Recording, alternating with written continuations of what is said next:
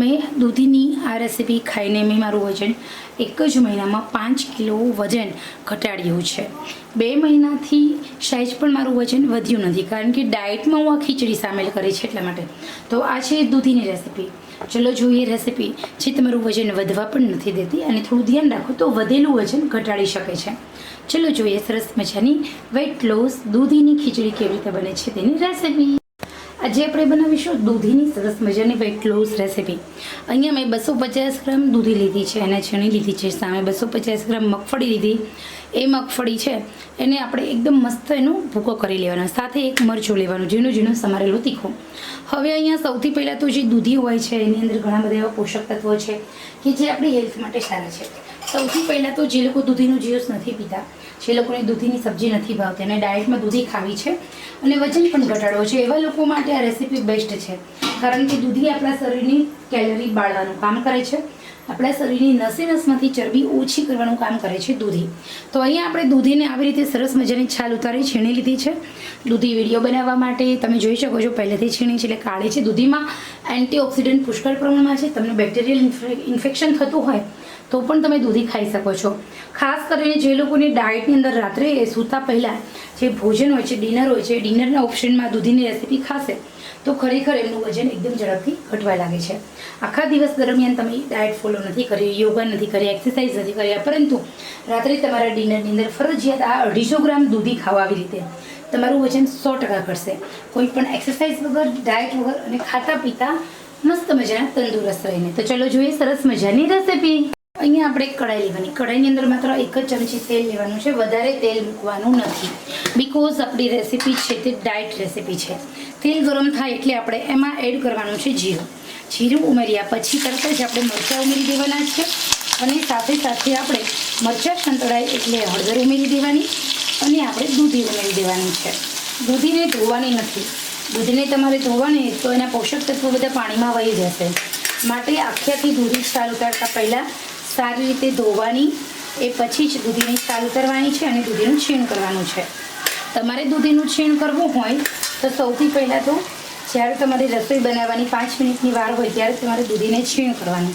હવે આપણે એની અંદર કશું જ બીજી વસ્તુ નથી ઉમેરવાની, માત્ર ટેસ્ટ અકોર્ડિંગ નમક ઉમેરી દેવાનું છે અને આવી રીતે દૂધીને સાંતળી દેવાની છે.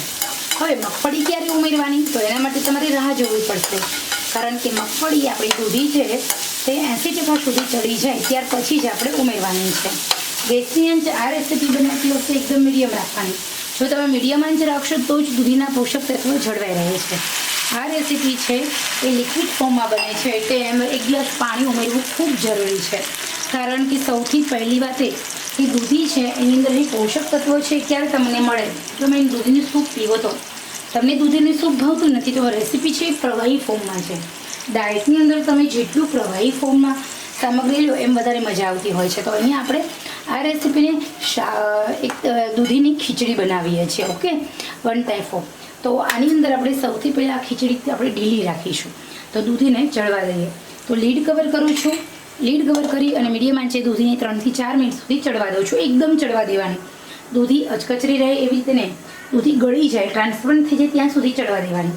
પણ હા, આ રેસીપી પ્રવાહી ફોર્મમાં આપણે લેવાની છે. ઓકે, સૌથી પહેલાં દૂધીની અંદર મેગ્નેશિયમ, પોટેશિયમ સાથે સાથે એવા પદાર્થ રહેલા છે, એવા વિટામિન્સ રહેલા છે જે આપણા શરીરની ચરબીને, એક્સ્ટ્રા ચરબીને બાળવાનું કામ કરે છે.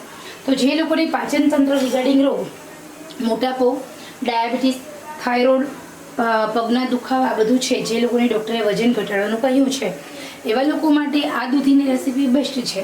મિનરલ્સ, વિટામિન્સનો ખજાનો અને સાથે સાથે હેલ્ધી અને આપણા શરીરને બધા જ પોષક તત્વો પૂરા પડે એવી આ રેસીપી છે.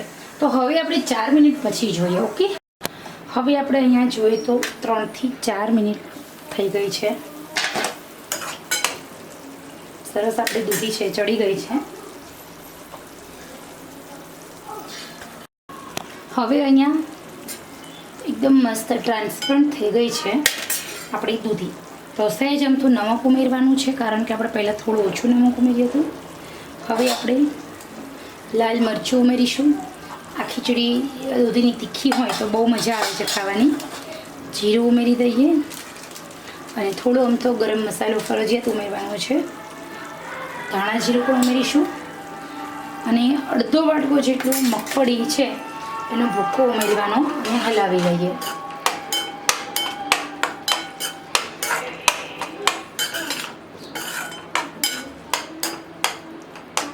આવી રીતે આપણે આ ખીચડીને હવે તેલ છૂટું ન પડે ત્યાં સુધી આપણે ચડવા દેવાનું છે, જેના કારણે આપણે મગફળી જે ઉમેરી છે કાચી ન રહે. તો હવે ફરી આપણે આ ખીચડીને 2 મિનિટ સુધી ચડવા દઈએ. તો અહીંયા આપણે 2 મિનિટ થઈ ગઈ છે. વાવ, સરસ મજાની આપણી આ રેસીપી બનીને રેડી થઈ ગઈ છે. તો આ રેસીપી તમે બપોરે જમો તો દહીં સાથે અને રાત્રે જમો તો દૂધ સાથે આરામથી ખાઈ શકો છો. તો ખરેખર વજન ઘટાડવા માટે આ સૌથી સરસ અસરકારક આ ઉપાય છે. ડિનરના ઓપ્શનમાં કે બપોરે ભોજનના ઓપ્શનમાં જો ડાયટમાં તમે આ ખોરાક સામેલ કરશો તો 100% ગેરંટી સાથે કહું છું તમારું વજન એક્સરસાઇઝ વગર, ડાયટ વગર માત્ર ખીચડી ખાઈને ઘટી જશે. મેં દૂધીની આ રેસીપી ખાઈને મેં મારું વજન 1 જ મહિનામાં 5 કિલો વજન ઘટાડ્યું છે. 2 મહિનાથી સહેજ પણ મારું વજન વધ્યું નથી, કારણ કે ડાયટમાં હું આ ખીચડી સામેલ કરી છે એટલા માટે. તો આ છે દૂધીની રેસીપી. ચલો જોઈએ રેસીપી જે તમારું વજન વધવા પણ નથી દેતી અને થોડું ધ્યાન રાખો તો વધેલું વજન ઘટાડી શકે છે. ચલો જોઈએ સરસ મજાની વેટ લોસ દૂધીની ખીચડી કેવી રીતે બને છે તેની રેસીપી.